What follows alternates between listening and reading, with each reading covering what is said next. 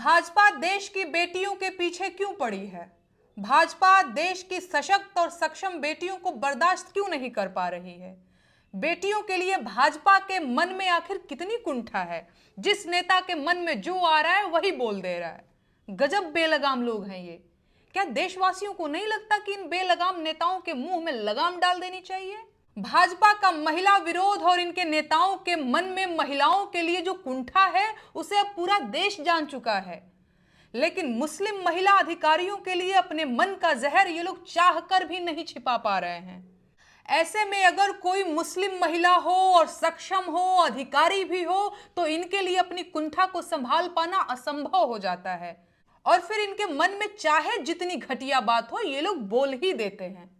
भारतीय सेना की कर्नल सोफिया कुरैशी को आतंकवादियों की बहन कहने वाले विजय शाह की बातें देश भूल भी नहीं पाया था कि भाजपा के एमएलसी एन रवि कुमार ने एक बार फिर से देश का माहौल गंदा कर दिया है। भाजपा के नेताजी ने आईएएस अधिकारी फौजिया तरन्नुम के बारे में कहा है कि मुझे नहीं पता जिला कलेक्टर पाकिस्तान से आई है या यहाँ की आईएएस अधिकारी हैं। मैं बुरी तरह कंफ्यूज हूं कि ये लोग किस तरह के नेता हैं और ये किस तरह की पार्टी है। अपने ही देश के नागरिकों को उनके धर्म के आधार पर आतंकवादी और दुश्मन देश का नागरिक बताने वाले नेता देश को कमजोर कर रहे हैं, खोखला कर रहे हैं। और उससे भी महान आश्चर्य यह है कि यह सब राष्ट्रवाद के नाम पर हो रहा है।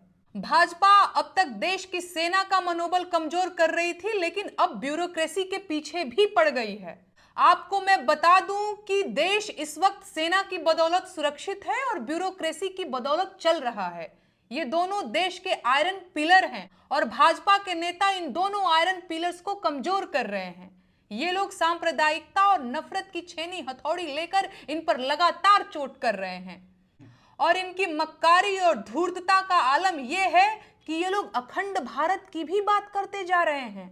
है ना कमाल की बात? देश की एक बड़ी आबादी नफरत की आग में इस कदर अंधी हो चुकी है कि वो सांप और सपेरे में अंतर नहीं कर पा रही है। दवा के नाम पर जहर बांटा जा रहा है, राष्ट्रवाद के नाम पर देश को बहुसंख्यकवाद की तरफ धकेला जा रहा है और नारा अखंड भारत का लगाया जा रहा है। गजब।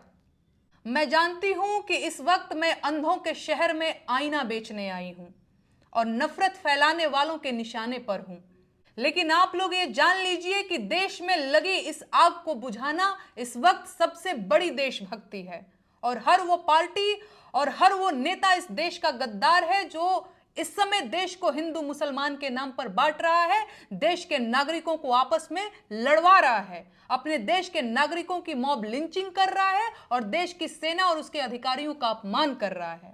राष्ट्रवाद की आड़ में देश तोड़ने वालों से सावधान हो जाइए, ये लोग देश के दुश्मन हैं। आप खुद सोचिए, जो लोग अपने देश के नागरिकों को आपस में लड़ा रहे हैं वो लोग अखंड भारत की बात कैसे कर सकते हैं? क्या ये करोड़ों देशवासियों की भावनाओं के साथ खिलवाड़ नहीं है? सच ये है कि अगर कर्नल सोफिया कुरैशी को आतंकवादियों की बहन कहने वाला भाजपा का नेता विजय शाह इस वक्त जेल में होता तो आज भाजपा के नेता एन रवि कुमार की आईएएस फौजिया तरन्नुम को पाकिस्तानी कहने की हिम्मत नहीं हुई होती। सोच कर देखिए, जो लोग सेना की कर्नल और आईएएस अधिकारी तक को बगैर सोचे समझे कुछ भी बोल सकते हैं, वो साधारण महिलाओं का क्या हश्र करेंगे? इसी दिन के लिए आपने भाजपा को वोट दिया था? आपको यही भारत चाहिए था क्या? देश की बेटियां देश का सम्मान है और कोई माई का लाल उनको अपमानित नहीं कर सकता, फिर वो चाहे कोई भाजपा का नेता हो या खुद चौकीदार ही क्यों ना हो।